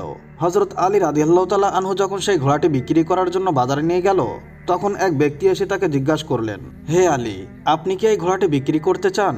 তখন হযরত আলী রাদিয়াল্লাহু তাআলা আনহু বললেন, ভাই, আমি তো এটা বিক্রি করার জন্য এই বাজারে নিয়ে এসেছি। সেই ব্যক্তিটি বলল, আপনি কত দিরহামের বিনিময়ে এই ঘোড়াটি বিক্রি করতে চান? আলী রাদিয়াল্লাহু তাআলা আনহু বললেন, আমি নিজে থেকে এর কোনো দাম চাচ্ছি না। আলী রাদিয়াল্লাহু তাআলা আনহু নিজের থেকে কোনো দাম না বলে সেই ব্যক্তিটিকে বললেন, আপনি কত দিরহামের বিনিময়ে এই ঘোড়াটি কিনতে চান? সেই ব্যক্তিটি বলল, আমি 160 দিরহামের বিনিময়ে আপনার কাছ থেকে এই ঘোড়াটি কিনতে চাই। হযরত আলী রাদিয়াল্লাহু তাআলা আনহু চিন্তা করলেন, আমি তো এই ঘোড়াটিকে 100 দিরহামের বিনিময়ে কিনেছি, আর তিনি আমাকে মূল্য দিতে চাচ্ছেন 160 দিরহাম, অতএব এতে আমার 60 দিরহাম লাভ হবে। তখন হযরত আলী রাদিয়াল্লাহু তাআলা আনহু বললেন, ভাই, আমি আপনার কাছে 160 দিরহামের বিনিময়ে এই ঘোড়াটি বিক্রি করে দিলাম। সেই ব্যক্তিটি 160 দিরহামের বিনিময়ে হযরত আলীর কাছ থেকে সেই ঘোড়াটি কিনে নিলেন। হযরত আলী রাদিয়াল্লাহু তাআলা আনহু যে ব্যক্তির কাছ থেকে সেই ঘোড়াটি কিনেছিলেন তাকে 100 দিরহাম পরিশোধ করার পরেও তার কাছে রয়ে গেল আরো 60 দিরহাম। তিনি 6 দিরহাম আল্লাহর রাস্তায় দান করেছিলেন, আর আল্লাহ রাব্বুল আলামিন তার বিনিময়ে তাকে 10 গুণ বৃদ্ধি করে 60 দিরহাম ফেরত দিলেন। 60 দিরহামের বিনিময়ে হযরত আলী রাদিয়াল্লাহু তাআলা আনহু বিপুল পরিমাণে খাদ্য কিনে বাড়ির পথে রওনা হলেন। যখন তিনি বিপুল পরিমাণে খাদ্য কিনে নিয়ে বাড়িতে ফিরে আসলেন, তখন হযরত ফাতেমা রাদিয়াল্লাহু তাআলা আনহা তাকে বললেন, হে আলী, আমি তোমাকে যে কাপড়টা বিক্রি করতে বলেছিলাম সেই কাপড়ের মূল্য দিয়ে তো এত পরিমাণ খাবার কেনা সম্ভব নয়। তাহলে তুমি এত খাবার কেনার অর্থ কোথায় পেলে, তার উত্তর দাও, অতঃপর আমার বাড়িতে প্রবেশ করবে। হযরত আলী রাদিয়াল্লাহু তাআলা আনহু বললেন, হে ফাতেমা, আগে আমি বাড়িতে প্রবেশ করি, তারপরে না হয় আমি তোমাকে প্রকৃত ঘটনা খুলে বলবো। কিন্তু হযরত ফাতেমা রাদিয়াল্লাহু তাআলা আনহা তাকে বললেন, আগে আপনি প্রকৃত ঘটনা খুলে বলুন, তারপরেই আপনি বাড়িতে প্রবেশ করতে পারবেন। হযরত আলী রাদিয়াল্লাহু তাআলা আনহু বললেন, ফাতেমা, তুমি তো ভালো করেই জানো যে তোমার স্বামী হযরত আলী কোনোদিনই কোনোভাবে অবৈধ অর্থ উপার্জন করতে পারে না। আমি যে পন্থায় এই অর্থগুলো উপার্জন করেছি তা সম্পূর্ণ বৈধ একটি পন্থা, অতএব এই ব্যাপারে তোমার সন্দেহের করার কোনো কারণ নেই।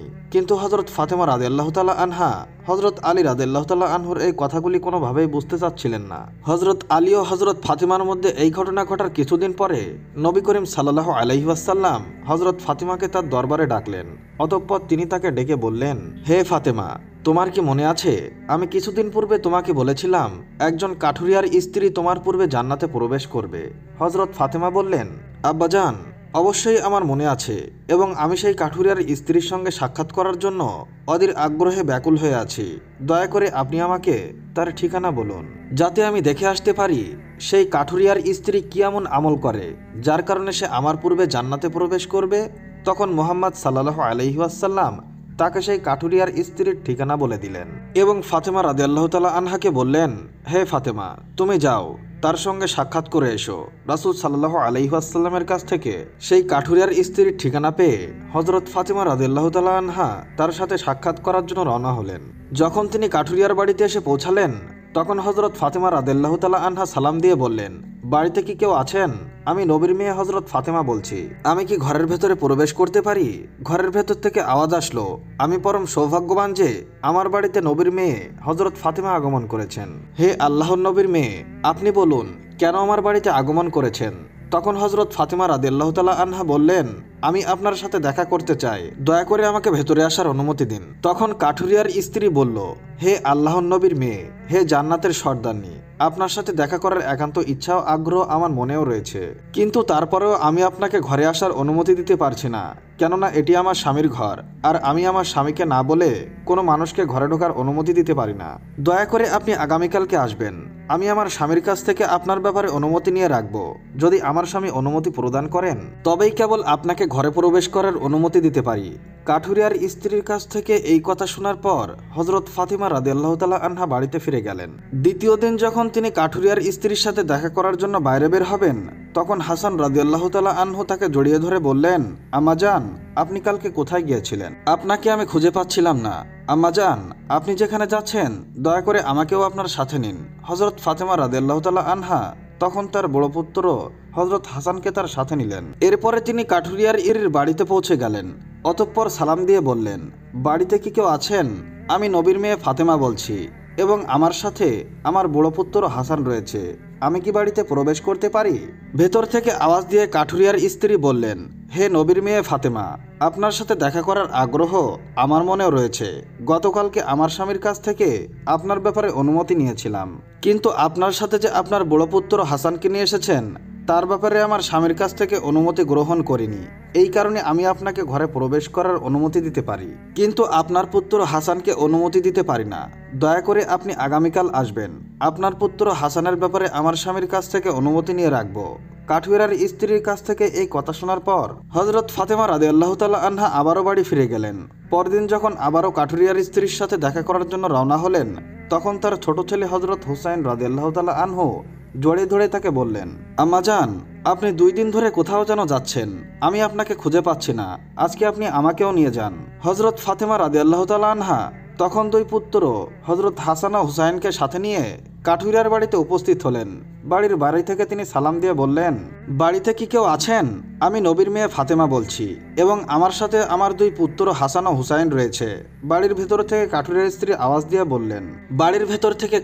স্ত্রী আওয়াজ দিয়ে বললেন, নবীর মেয়ে ফাতেমা, আপনার সাথে দেখা করার আগ্রহ ও আকাঙ্ক্ষা আমার মনেও রয়েছে। গতকালকে আপনার ব্যাপারে এবং আপনার বড় ছেলে হাসানের ব্যাপারে আমার স্বামীর কাছ থেকে অনুমতি নিয়েছি, কিন্তু আপনার ছোট ছেলের ব্যাপারে আমার স্বামীর কাছ থেকে কোনো অনুমতি গ্রহণ করিনি। দয়া করে আজকেও আপনি ফিরে যান এবং আগামীকালকে আপনি আবার আসবেন। আগামীকালকে আপনাদের তিনজনের ব্যাপারেই আমি আমার স্বামীর কাছ থেকে অনুমতি গ্রহণ করে রাখব। কাঠুরিয়ার স্ত্রীর এই কথা শোনার পর হযরত ফাতিমা রাদিয়াল্লাহু তাআলা আনহা আবারও বাড়ি ফিরে এলেন। পরদিন আবার ফাতিমা রাদিয়াল্লাহু তাআলা আনহা সেই কাঠুরিয়ার বাড়ি আসলেন। তখন তাকে কাঠুরিয়ার স্ত্রী ঘরে প্রবেশ করার অনুমতি দিল। হযরত ফাতিমা রাদিয়াল্লাহু তাআলা আনহা ঘরে প্রবেশ করে দেখল কাঠুরিয়ার স্ত্রী বসে আছে, আর তার পাশে রাখা আছে একটি লাঠি, একটি মোটা দড়ি আর একটি পানির পাত্র। এগুলো দেখে হযরত ফাতিমা রাদিয়াল্লাহু তাআলা আনহা তাকে জিজ্ঞাসা করলেন, আপনি এগুলো সাথে নিয়ে বসে আছেন কেন? কাঠুরিয়ার স্ত্রী বলল, সারাদিন পরিশ্রম করার পর যখন আমার স্বামী বাড়িতে ফিরবে তখন হয়তো তার অজু করার প্রয়োজন হতে পারে, অথবা তার পানি পান করার প্রয়োজন হবে। আমি চাই না আমার ক্লান্ত স্বামী পানির জন্য সামান্যতম কষ্ট পাক, যাতে পানির প্রয়োজন হওয়ার সাথে সাথেই আমি তার কাছে পানি পৌঁছে দিতে পারি। এই কারণেই আমি পানি নিয়ে বসে আছি। হযরত ফাতিমা রাদিয়াল্লাহু তাআলা আনহা আবারও জিজ্ঞাসা করলেন, বোন, তাহলে লাঠি নিয়ে বসে আছেন কেন? তাছাড়া এই দড়ি বা কি প্রয়োজন আছে? তখন সেই কাঠুরিয়ার স্ত্রী বলল, আমার স্বামী যদি কোনো কারণে আমার উপর অসন্তুষ্ট হয় এবং আমাকে শাস্তি দেওয়ার ইচ্ছে করে, তখন তার প্রয়োজন হবে একটি লাঠি, এবং আমাকে বেঁধে যাতে শাস্তি দিতে পারে তার জন্য প্রয়োজন হবে একটি দড়ি। আমি চাই না এই জিনিসগুলো খোঁজাখুঁজি করতে গিয়ে আমার স্বামীর কোনো রকম কষ্ট হোক, সেই জন্য আমার সামনে এই জিনিসগুলো নিয়ে বসে আছি। যখনই আমার স্বামী কোনো কারণে আমাকে শাস্তি দিতে চাইবে তখনই তার সামনে লাঠি এবং দড়ি থাকবে, আর এতে করে তিনি আমাকে খুব সহজে দড়ি দিয়ে বেঁধে লাঠি দিয়ে শাস্তি দিতে পারবেন। হযরত ফাতিমা রাদিয়াল্লাহু তাআলা আনহা কাঠুরিয়ার স্ত্রীর স্বামী ভক্তি দেখে হতবাক হয়ে গেলেন। অতঃপর তিনি তাকে আর কিছু না বলে নবী করিম সাল্লাল্লাহু আলাইহি ওয়াসাল্লামের দরবারে ফিরে আসলেন। নবী করিম সাল্লাল্লাহু আলাইহি ওয়াসাল্লাম ফাতেমাকে জিজ্ঞাসা করলেন, হে ফাতেমা, তুমি কি সেই কাঠুরিয়ার স্ত্রীর সাথে দেখা করে এসেছো? ফাতেমা বললেন, আব্বাজান, আমি তার সাথে দেখা করে এসেছি। নবী করিম সাল্লাল্লাহু আলাইহি ওয়াসাল্লাম বললেন, তুমি কি দেখেছো? ফাতেমা রাদিয়াল্লাহু তাআলা আনহা তখন বললেন, সেই মেয়েটি অত্যন্ত স্বামী ভক্ত। তখন মুহাম্মদ সাল্লাল্লাহু আলাইহি ওয়াসাল্লাম বললেন, ফাতেমা, তার কাছ থেকে তোমার শেখার অনেক কিছু রয়েছে। হযরত ফাতেমা রাদিয়াল্লাহু তাআলা আনহা তখন বললেন, আব্বাজান, আমি তার কাছ থেকে কি শিক্ষা গ্রহণ করতে পারি এবং সে কিভাবে আমার পূর্বে জান্নাতে যাবে, এই ব্যাপারটি আমাকে বুঝিয়ে বলুন। তখন নবী করিম সাল্লাল্লাহু আলাইহি ওয়াসাল্লাম বললেন, হে ফাতেমা, তুমি কিছুদিন আগে তোমার স্বামী আলীকে একটি পুরাতন কাপড় বিক্রি করার জন্য দিয়েছিলে। হযরত আলী সেই কাপড় বিক্রি করে তার অর্থ দিয়ে তোমাদের জন্য অনেক খাবার কিনে এনেছিল, কিন্তু তুমি সন্দেহ করেছিলে যে হযরত আলী এগুলো অবৈধ পথে উপার্জন করেছে কিনা, আর এজন্য তুমি তোমার স্বামীকে ঘরে প্রবেশ করতে দাওনি এবং বিভিন্ন প্রশ্ন করার মাধ্যমে তাকে কষ্ট দিয়েছিলে। অথচ তুমি জানতে তোমার স্বামী হযরত আলী কোনোদিনই কোনো অবৈধ পথে উপার্জন করে না। তুমি যখন আলীকে সেই কাপড়টি বিক্রি করার জন্য দিয়েছিলে, হযরত আলী সেই কাপড়টি বিক্রি করার জন্য কোনো ক্রেতা খুঁজে পাচ্ছিল না। তখন আল্লাহ রাব্বুল আলামিন তার ফেরেশতা মিকাইল আলাইহিস সালামকে কাপড়টা কেনার জন্য পাঠিয়েছিলেন। আল্লাহর ফেরেশতা মিকাইল আলাইহিস সালাম সেই কাপড়টি আলীর কাছ থেকে 6 দিরহামের বিনিময়ে কিনেছিল। এরপর আরেকজন ফেরেশতা এসে হযরত আলীর কাছ থেকে সেই 6 দিরহাম ভিক্ষা প্রার্থনা করে।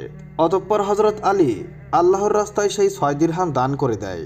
অতঃপর সে চিন্তিত অবস্থায় বাড়িতে ফিরে আসছিল। এমন সময় আল্লাহর ফেরেশতা জিবরাইল আলাইহিস সালাম একটি লাল ঘোড়া হযরত আলীকে 100 দিরহামের বিনিময়ে বাকিতে বিক্রয় করে।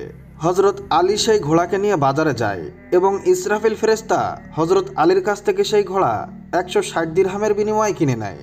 আল্লাহ রাব্বুল আলামিন 6 দিরহামের বিনিময়ে হযরত আলীকে 10 গুণ বৃদ্ধি করে 60 দিরহাম দিয়ে দেয় এবং সেই অর্থগুলি দিয়ে হযরত আলী তোমাদের জন্য বিপুল পরিমাণে খাবার কিনে এনেছিল। হে ফাতেমা, তুমি শুনে রাখো, যে কাপড়টি হযরত আলী বিক্রি করেছিল, আল্লাহ রাব্বুল আলামিন সেই কাপড়টি জান্নাতে সংরক্ষণ করে রেখেছে, এবং যে ঘোড়াটি দিয়ে হযরত আলী ব্যবসা করেছিল, সেই ঘোড়াটিও আল্লাহ রাব্বুল আলামিন জান্নাতে সংরক্ষণ করে রেখেছেন। কাল কিয়ামতের দিন তুমি যখন জান্নাতে প্রবেশ করবে তখন তুমি সেই ঘোড়ার উপরে থাকবে এবং সেই কাপড়টি হবে ঘোড়ার লাগাম, আর সেই লাগামটি ধরে থাকবে ওই কাঠুরিয়ার স্ত্রী। লাগামটি ধরে রাখার কারণেই সে তোমার আগে জান্নাতে প্রবেশ করবে এবং তুমি তারপরে জান্নাতে প্রবেশ করবে। কাঠুরিয়ার স্ত্রীর অতুলনীয় স্বামী ভক্তি হলো তার এই মর্যাদা প্রাপ্তির একমাত্র কারণ।